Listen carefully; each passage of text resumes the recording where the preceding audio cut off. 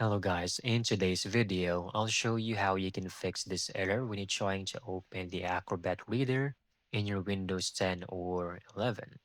Let's begin. First, open up the application itself. You can also open any PDF if you wish.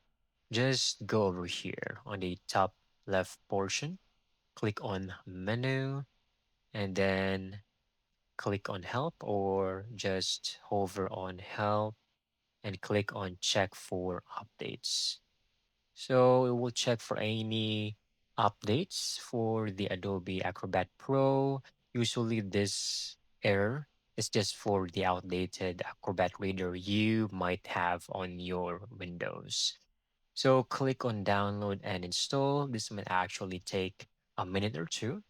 Once done, just make sure to close everything and reopen the Acrobat Reader. Everything should now be working smoothly as ever.